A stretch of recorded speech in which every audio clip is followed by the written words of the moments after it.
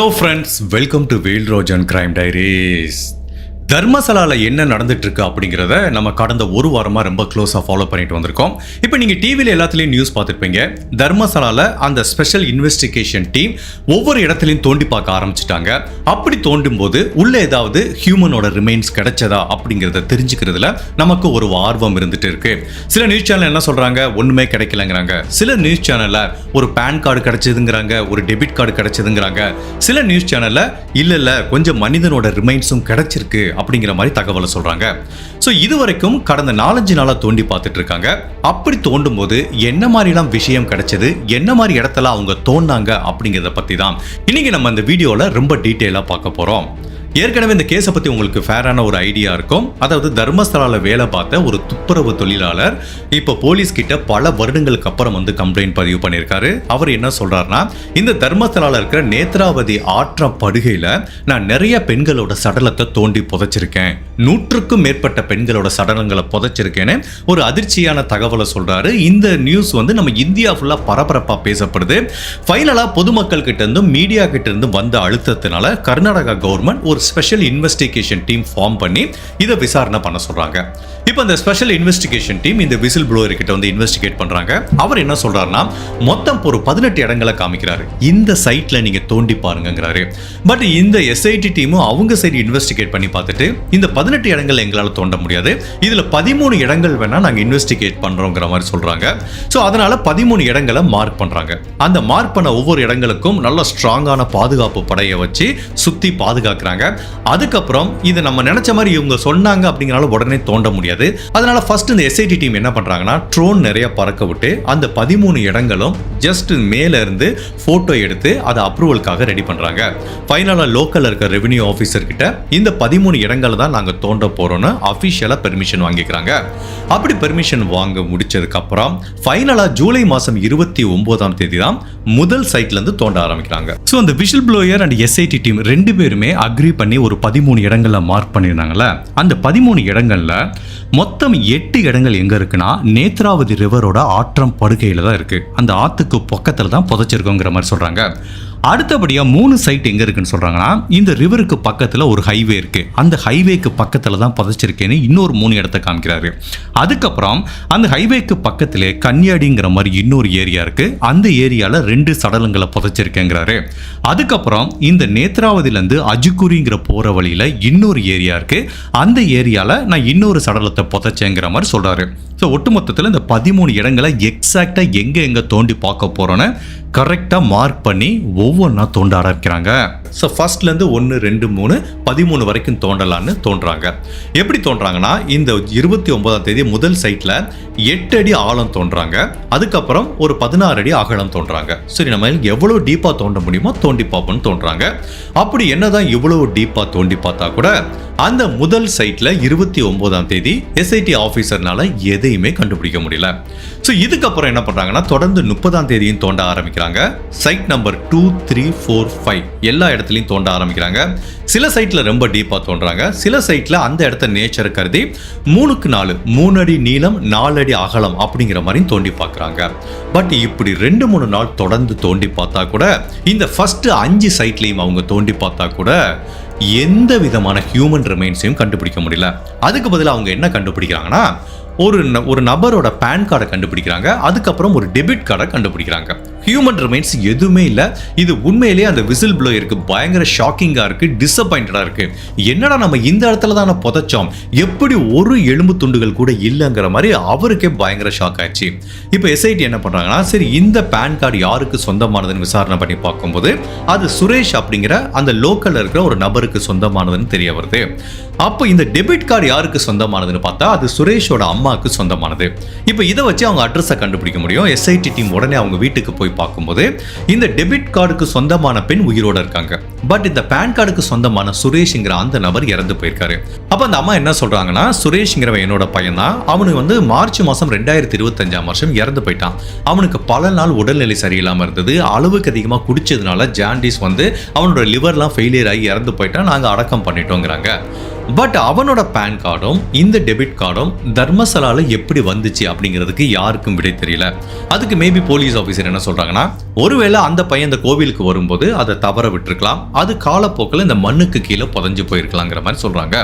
ஒட்டு மொத்தத்தில் இந்த சைட் நம்பர் 1 to 5 கண்டுபிடிக்கப்பட்ட பேன் கார்டு யாருடையது, அந்த டெபிட் கார்டு யாருடையதுங்கிறது தெரியுது. அதுல ஒருத்தர் இறந்து போயிட்டார், அவங்க அம்மாவே ஒத்துக்கிறாங்க, அவங்க அம்மாவும் உயிரோட இருக்கிறதுனால இந்த சைட் 1 to 5 வரைக்கும் தோண்டி பார்த்ததுல ஒரு சின்ன தடயங்களை கூட இந்த எஸ்ஐடி டீமால கண்டுபிடிக்க முடியல. இப்ப அதுக்கப்புறம் ஜூலை மாசம் 31 அந்த சைட் நம்பர் 6 தோண்டி பார்க்கறாங்க பாருங்க. இங்க தான் எஸ்ஐடி டீமுக்கு ஒரு மிகப்பெரிய பிரேக் த்ரூ கிடைக்குது. அந்த சைட் 6 நல்ல ஆழமா குழி தோண்டி பார்க்கும்போது உள்ளுக்குள்ள நிறைய மனிதனோட ரிமைன்ஸை கண்டுபிடிக்கிறாங்க. அதாவது ஒரு 23 போன் பிராக்மெண்ட்டை கண்டுபிடிக்கிறாங்க. நீங்க நினைக்கிற மாதிரி சினிமாவில் காமிக்கிற மாதிரி முழு எலும்பு கூட இல்ல, தனித்தனியா இருக்கிற பிராக்மெண்ட்ங்கிற தனித்தனி எலும்பு. மொத்தம் 23 எலும்புகளை கண்டுபிடிக்கிறாங்க. அதுல அந்த மனிதனுக்கு சொந்தமான மண்டை ஓடு ஸ்கல் மிஸ் ஆகுது. ஸோ இந்த 23 எலும்பு கூட ஃபாரன்சிக் ஆஃபீஸரும் பார்க்குறாங்க. அதை பார்க்கும்போது டெஸ்ட் பண்ணி பார்த்தா தான் தெரியும். பட் பார்க்கும்போது அவங்களோட அனுமானம் என்ன, இது ஒரு ஆணா இருக்கிறதுக்கு வாய்ப்பு இருக்குங்கிற மாதிரி சொல்றாங்க. மேலும் அந்த போன் பிராக்மெண்ட் நிறைய உடைஞ்சு போய் இருக்கிறதுனால மேபி இந்த மனிதனோட இறுதி நிமிடங்கள் அவ்வளவு கொடுமையா இருந்திருக்க வாய்ப்பு இருக்குங்கிற மாதிரி சொல்றாங்க. பட் அப்படி இருந்தாலும் இதை ஃபாரன்சிக் டெஸ்ட்டுக்கு அனுப்பி உண்மையிலே இது ஒரு ஆணா, அந்த மனிதன் எப்படி இறந்து போனாரு அப்படிங்கிற தகவல் ஃபாரன்சிக் டெஸ்ட்டுக்கு அப்புறம் தான் தெரிய வரும்னு இந்த சைட் நம்பர் 6 கிடைச்ச 23 போன் பிராக்மெண்ட்டையும் அனுப்பி வச்சிருக்காங்க. ஸோ இப்போ வரைக்கும் நேத்து வரைக்கும் இந்த சைட் 6 வரைக்கும் தான் தோண்டி பார்த்திருக்காங்க. ஒரே ஒரு சைட்ல மட்டும்தான் மனிதனோட எலும்புக்கூடுகள் கிடைச்சிருக்கு. பட் இந்த விசில் ப்ளோயர் என்ன சொல்றாருன்னா, இந்த சைட் 6 நான் பல சடலங்களை புதைச்சேன் அப்படிங்கிற மாதிரி சொல்றாரு. பட் உண்மையிலேயே அவர் சொன்ன மாதிரி நூற்றுக்கணக்கான பெண்களோட சடலங்களை புதைச்சிருந்தா எப்படி ஒரு சடலங்கள் கூட இன்னும் கிடைக்காம இருக்கும், கிடைச்ச ஒரு எலும்பு துண்டுகள் கூட அது ஒரு ஆணுக்கு சொந்தமானதா இருக்க வாய்ப்பு இருக்குங்கிற மாதிரி தான் சொல்றாங்க. பட் இவர் சொன்னது நான் புதைச்சது ஒன்லி பெண்களை மட்டும்தான் சொல்றாரு. பட் இங்க எப்படி ஒரு ஆணோட ரிமைன்ஸ் வந்தது அப்படிங்கறதா இன்னும் எல்லாத்துக்கும் கொஸ்டின் மார்க்கா இருக்கு. பட் அப்படி இருந்தா கூட இந்த ரிமைனிங் 7 13 வரைக்கும் இருக்கிற சைட்டை ஃபுல்லா டீப்பா தோண்டி பார்த்து அதுல என்ன மாதிரி சடலங்கள் கிடைக்குது, இல்ல உண்மையிலே கிடைக்குதா இல்லையான்னு பார்த்து கிடைத்த தடயங்கள் எல்லாத்தையும் கலெக்ட் பண்ணி வச்சு டெஸ்ட் பண்ணி பார்த்தாதான் இந்த விசில் ப்ளோயர் சொல்றதுல எவ்வளவு உண்மை இருக்கும் அப்படிங்கிறது தெரிய வரும். பட் சில தொல்பொருள் ஆராய்ச்சியாளர்களும் ஃபாரன்சிக் எக்ஸ்பர்ட் என்ன சொல்றாங்கன்னா, நீங்க சைட் 1 to 5 வரைக்கும் தோண்டி பார்த்திருக்கீங்க, அது எங்க ஆற்று படுகையில தோண்டி பார்த்திருக்கீங்க. இந்த நபர் என்ன சொல்றாரு, நான் 3 அடி கூட குழி தோண்டாம ஷாலோ கிரேவ்னு சொல்லுவாங்க, அதுக்குள்ள போய் இவ்வளவு சடலங்களை புதைச்சேங்கிறாரு. பட் இந்த இன்சிடென்ட் நடந்து 10 வருஷம் 20 வருஷம் ஆக போகுது. ஸோ அதுக்கப்புறம் எவ்வளவு மலைகளை சந்திச்சிருக்கோம், இந்த ஆற்றங்கரையில எவ்வளவு வெள்ளங்கள் பெருக்கெடுத்து ஓடி இருக்கும், அந்த மாதிரி வெள்ளங்கள் ஆற்றுப்படுகையில ஷாலோ கிரேவ்ல புதைக்கப்பட்ட இந்த சடலங்களையும் அந்த ரிமைன்ஸ்களையும் அடிச்சிட்டு போயிருக்கிறதுக்கு நிறையவே வாய்ப்பு இருக்குங்கிற மாதிரி தான் எக்ஸ்பர்ட் சொல்றாங்க. சரி, ஓகே, இப்போ இது இவ்வளவு பெரிய ஏரியா, இவர் சொல்ற 13 இடத்துல தோண்டி பார்த்து கிடைக்காம இருந்தா கூட உண்மையிலேயே இங்க என்ன நடந்ததுங்கிறது எப்படி கண்டுபிடிக்கிறது அப்படிங்கிறதுக்கு எக்ஸ்பர்ட் சயின்டிஸ்ட் சொல்ற விஷயம் என்ன அப்படின்னா, நீங்க தயவு செய்து டெக்னாலஜி யூஸ் பண்ணுங்க. இவர் சொல்றாருன்னு ஒரு இடத்துல போய் தோண்டி பார்க்குறீங்க, இல்ல ஜஸ்ட் நீங்க திங்க் பண்ணி பாருங்க, 8 அடி 13 அடி குழி தோன்றது பெரிய விஷயம். அதுவும் ஆற்றங்கரைக்கு பக்கத்துல அவ்வளவு ஜேசிபி மிஷின் எடுத்துட்டு போயிட்டு இல்ல ஹியூமன்ஸ் ஒர்க் பண்ணி அவ்வளவு மண்ணை வெளியில கொண்டு வந்து இந்த மாதிரி தோண்டி பார்க்கறது வந்து சாதாரண விஷயம் கிடையாது. மேபி நீங்க ஸ்மார்ட்டா ஒர்க் பண்ணணும், ஹார்டா ஒர்க் பண்ணக்கூடாது. அப்பதான் இந்த ஜிபிஆர் கிரவுண்ட் பெனட்ரேஷன் ரேடாரை யூஸ் பண்ணுங்க. அதை யூஸ் பண்ணி எந்த இடத்துல சடலங்கள் புதைக்கப்பட்டிருக்குங்கிறத ஃபர்ஸ்ட் கண்டுபிடிங்க.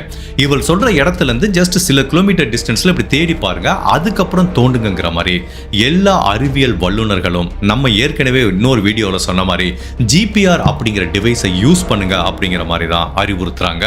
இன்கேஸ் நீங்க என்னோட பழைய வீடியோ பார்க்கலைன்னா அதோட லிங்கை கொடுத்துருக்கேன்.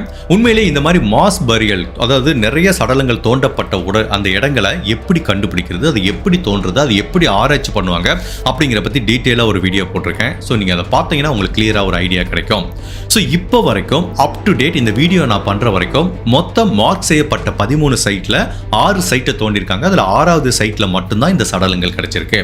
ஸோ ரிமைனிங் 7 to 13 வரைக்கும் தோண்டி பார்ப்பாங்க. அதுல என்ன கிடைக்குது அப்படிங்கிறத பொறுத்து தான் இந்த இந்த விசாரணை எந்த திசையை நோக்கி பயணம் செய்யுங்கிறத நம்மளால கணிக்க முடியும். பட் உங்களுக்கு மட்டுமல்ல, எனக்கு மட்டுமல்ல, எல்லாத்துக்கும் இருக்கிற ஆச்சரியமான விஷயம் என்னன்னா, இவர் நூத்துக்கணக்கான பெண்களோட சடலத்தில் புதைச்சேனார்னா ஒரு சடலத்திலிருந்து வந்த எலும்பு கூட நம்மளால கண்டுபிடிக்க முடியல. 6 இடத்துல தோண்டிருக்காங்க. அவர் மேபி ஆக்சிடென்டா 1 இடத்த தப்பா சொல்லிருக்கலாம். ஜஸ்ட் திங்க் பண்ணி பாருங்க, அவருக்கு ஒரு 50 வயசு ஆகுது. இந்த சடலங்களை அவர் புதைச்சது 10-13 வருஷத்துக்கு முன்னாடி. மேபி அப்ப இருக்கிற சில ஸ்ட்ரக்சர், அங்க வளர்ந்த மரங்கள் எல்லாமே கொஞ்சம் இடம் மாறி இருக்கும். அதுவும் இந்த மாதிரி சடலங்களை புதைக்க போறாங்க அப்படின்னா அவர் நைட்டு தான் போய் புதைச்சிருப்பாரு. பகல்ல போய் இப்படி ஒரு சடலத்தை தூக்கிட்டு போய் புதைக்க முடியாது. ஸோ நைட்டு புதைக்கும் போது நம்ம எந்த இடத்துல புதைச்சோம் அப்படிங்கிற ஐடென்டிட்டி அவருக்கு பல வருடங்கள் ஆனதுனால மறந்து போறதுக்கு வாய்ப்பு இருக்கு. அவர் தப்பான இடத்தை பாயிண்ட் பண்ணிருக்கவும் வாய்ப்பு இருக்கு.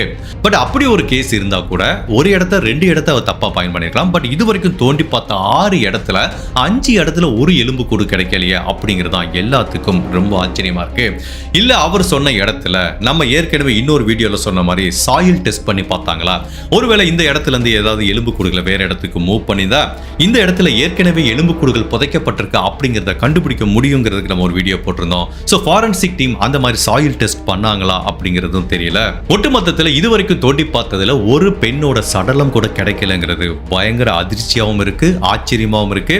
சோ மேபி இன்னொரு 1 வீக்ல அந்த ரிமைனிங் சைட்டை தோண்டி பார்ப்பாங்க. அதுல என்ன கிடைக்குதுன்னு பார்ப்போம். ஒருவேளை இந்த 13 சைட்லையும் தோண்டி பார்த்து இதுல சந்தேகப்படும்படியான எந்த சடலங்களும் கிடைக்கல, ஒரே ஒரு ஆணோட சடலம் கிடைச்சிருக்குன்னா அது மேபி ஆக்சிடென்டா ஏதாவது ஒருத்தவங்களை இறந்தவங்களை புதைச்சிருப்பாங்க அப்படிங்கிற மாதிரி இந்த கேஸை க்ளோஸ் பண்றது கூட வாய்ப்பு இருக்கு. But wait and see. But நீங்க என்ன நினைக்கிறீங்க? அந்த முதல் 6 குழிக்குள்ளையும் 6 சைட்டுக்குள்ளையும் நம்மளால ஏன் ஒரு பெண்ணோட சடலத்தை கூட கண்டுபிடிக்க முடியல? ஒரே ஒரு சைட்ல தான் ஒரு ஆணோட சடலம் கிடைச்சிருக்கு. அதுக்குரிய காரணம் என்னவா இருக்குங்கிற மாதிரி நீங்க நினைக்கிறீங்க? உங்களோட கருத்தை மறக்காம இந்த வீடியோல பதிவு பண்ணுங்க. அந்த ரிமைனிங் குழியை தோண்டினதுக்கு அப்புறம் என்ன கிடைச்சது அப்படிங்கிறதையும் உங்களுக்கு அப்டேட் பண்றதுக்கு நான் கண்டிப்பா வீடியோ போறேன். இந்த மாதிரி அனதர் அப்டேட்டான கேஸ்ல உங்களை சந்திக்கிறேன். Till then, stay safe, take care. Bye.